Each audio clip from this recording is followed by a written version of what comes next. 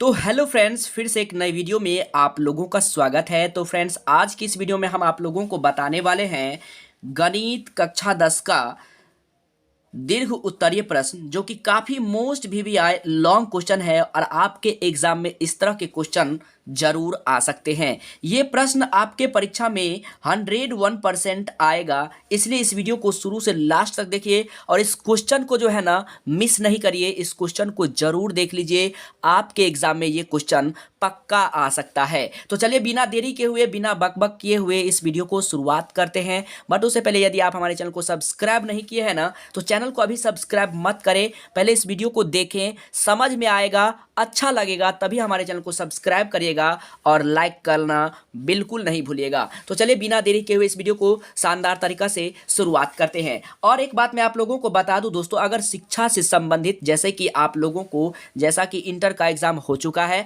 और दोस्तों मैट्रिक का एग्जाम होने वाला है, इसका अगर आप लोग आंसर की सबसे पहले पाना चाहते हैं ना, तो नीचे डिस्क्रिप्शन बॉक्स में टेलीग्राम का लिंक है, उसको ज्वाइन कर ले, वहां से आपको बहुत ज्यादा फायदा होने वाला है। तो चलिए आज की इस वीडियो में हम लोग देखने वाले हैं मोस्ट VVI लॉन्ग क्वेश्चन, वो भी कक्षा 10 का गणित का दोस्तों, जो कि आपके एग्जाम में 101% ये क्वेश्चन आना तय है। तो चलिए हम लोग देख लेते हैं कौन सा क्वेश्चन है और किस तरह से हम लोग शुरुआत करेंगे।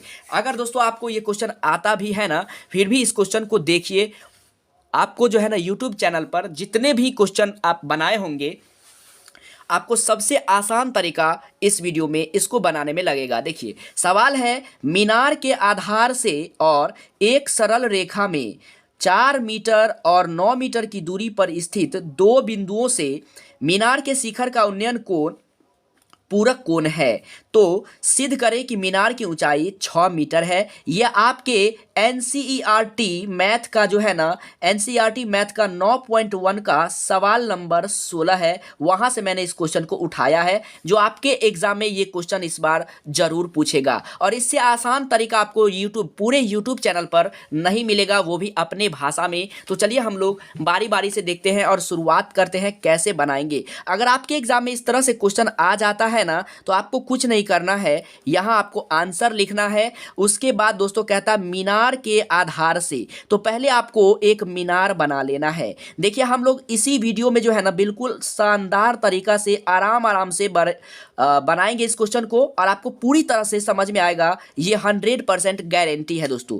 मान लीजिए कि ABC एक क्या है, AB एक मीनार है, जिसमें मीनार के आधार हो गया B और मीनार का ये शीर्ष बिंदु A हो गया। कहता है मीनार के आधार से और एक सरल रेखा में, सरल रेखा का मतलब सीधा हो गया दोस्तों, एक सरल रेखा में जो है ना कहता है 4 मीटर, तो 4 मीटर पर एक बिंदु है, और फिर मीनार के आधार से कहता है 9 मीटर की दूरी पर स्थित दो बिंदु, यानी कि एक मीनार के आधार से 4 मीटर पर एक बिंदु है जिसे हमने C रखा, और एक मीनार के आधार से जो कि 9 मीटर की दूरी पर है उसका हमने नाम रख दिया D।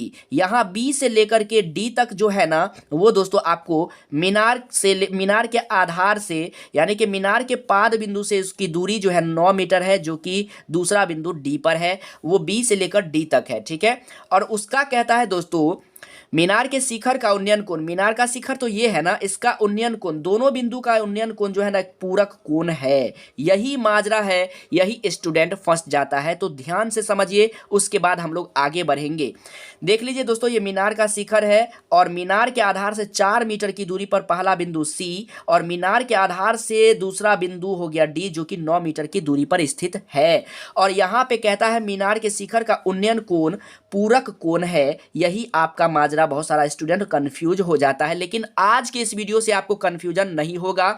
अगर आप दोनों में से किसी कोण को अगर थीटा मान लेते हैं ना, तो दूसरा आपको 90 माइनस थीटा मानना पड़ेगा, 90 डिग्री माइनस थीटा मानना पड़ेगा।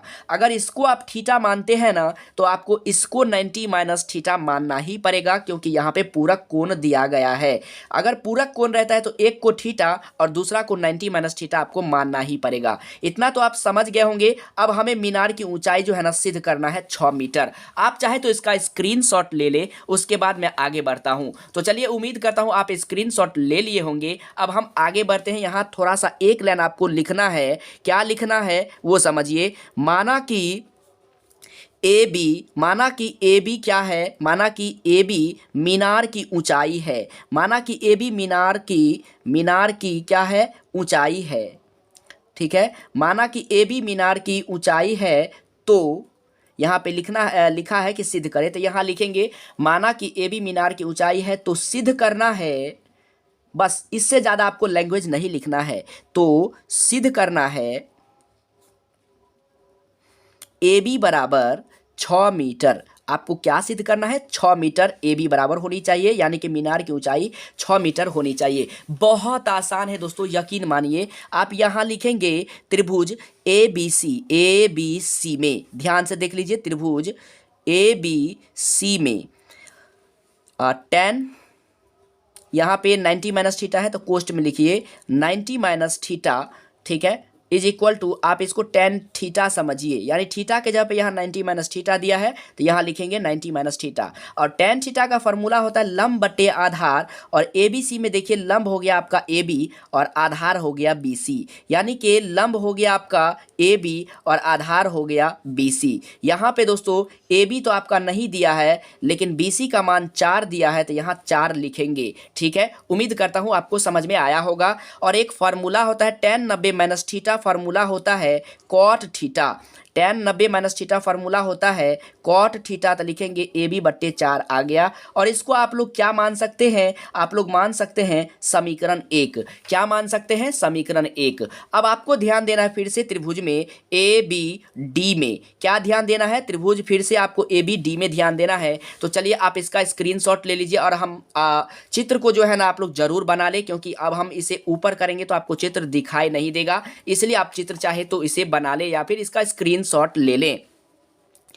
फिर से हमें लिखना है त्रिभुज ए बी डी में, हमको क्या लिखना है, त्रिभुज ए बी डी में tan थीटा दिया गया है तो लिखेंगे tan थीटा लंब बटे आधार, लंब आपका ए बी दिया है और आधार आपका पूरा बी डी दिया है, चित्र में ध्यान से देख लीजिए, तो लिखेंगे बी डी, यानी ए बी का मान तो नहीं दिया है और बी डी का मान आपको 9 दिया है। इस तरह से आप इसको मान सकते हैं समीकरण 2। तो समीकरण 1 और समीकरण 2 तो आपको निकल गया, हमें सिद्ध करना है, इसलिए यहाँ लिखेंगे समीकरण 1 गुना 2 से। हम लोग क्या लिखेंगे, समीकरण 1 गुना 2 से। समीकरण 1 में आपका LHS में दिया हुआ है cot थीटा गुना समीकरण 2 में आपको दिया हुआ है tan थीटा, क्या दिया हुआ है, tan थीटा बराबर, अब हमने LHS तो लिख लिया समीकरण 1 और 2 का, अब हमें समीकरण 1 का RHS लिखना है, तो ए बी बट्टा 4 दिया है, उसके बाद हमें गुना करना है, और समीकरण 2 का RHS में दिया हुआ है ए बी बट्टा 9, यानी ए बी को ए बी से अगर हम गुना कर दें तो यहाँ हो जाएगा ए बी स्क्वायर, और 4 को 9 से गुना कर दे तो हो जाएगा 4 9 36। जी हाँ दोस्तों, अब यहाँ देखिए ये एक फॉर्मूला होता है tan theta into cot theta, या फिर cot theta into tan theta का फॉर्मूला होता है 1, तो यहाँ लिखेंगे हम लोग 1 is equal to A B square बट्टे 36। जी हाँ दोस्तों, तो देख लीजिए यहाँ पर अगर आप कोना कोनी गुना करेंगे, क्रॉस मल्टीप्लाई करेंगे, क्योंकि एक के नीचे कुछ नहीं होता है तो एक होता है, अगर आप क्रॉस मल्टीप्लाई करेंगे तो आपको A B square is equal to, देखिए 36 को 1 से गुना करेंगे, 1 को ए बी से गुना करेंगे तो ए बी स्क्वायर होगा, 36 को 1 से गुना करेंगे तो आपका 36 होगा। अब हमें दोनों तरफ क्या करना है, तो रूट लगा देना है, क्या करना है, रूट लगा देना है ना। तो अब आपको देखिए स्क्वायर से रूट कट जाता है तो यहाँ आपको बच गया ए बी, और 36 का वर्गमूल होता है 6। तो दोस्तों ए बी हमें सिद्ध करना था शुरुआत में, चलिए मैं आपको दिखा देता हूँ, हमने यहाँ पे लिखा था, तो सिद्ध करना है ए बी बराबर 6 मीटर, तो ये देखिए ए बी बराबर 6 आ गया, यहाँ पे सिंपली आपको लिखना है 6 मीटर। ठीक है दोस्तों, अब आप चाहे तो लास्ट में लिखेंगे, यानी इसमें यहाँ पे जगह नहीं है तो आप लास्ट में लिखेंगे अतः मीनार की ऊंचाई 6 मीटर और प्रूव्ड कर देना है। आप चाहे तो यहाँ पे भी प्रूव्ड कर सकते हैं, कोई दिक्कत नहीं है। अगर आपके पास पेज बच जाता है ना तो नीचे एक लाइन जरूर लिखिएगा, अतः मीनार की ऊंचाई 6 मीटर प्रूव्ड हो जाएगा। तो उम्मीद करता हूं कि आपको ये वीडियो पसंद आया होगा, ये सवाल समझ में आया होगा। सवाल समझ में आया हो, वीडियो पसंद आया हो तो लाइक करना बिल्कुल नहीं भूलना, और चैनल पर नए आए हैं ना तो चैनल को जरूर सब्सक्राइब करना, ताकि जब भी हम वीडियो को अपलोड करें तो सबसे पहले नोटिफिकेशन आपको सबसे पहले मिल जाए और शिक्षा से संबंधित आपको सारी जानकारी मिलती रहेगी। हमारा एक सेकेंड चैनल है जो नीचे डिस्क्रिप्शन बॉक्स में आप जाइए, वहां केवल शिक्षा से संबंधित जानकारी ही दी जाती है, और ये है मेरा मेन चैनल। इस चैनल पर केवल स्टडी कराया जाता है, पढ़ाया जाता है। तो उम्मीद करता हूं मेरी बातें आपको समझ में आया होगा। टेलीग्राम को जरूर ज्वाइन कर लीजिएगा। तो मिलते हैं नेक्स्ट वीडियो में, तब तक के लिए जय हिंद, वंदे मातरम।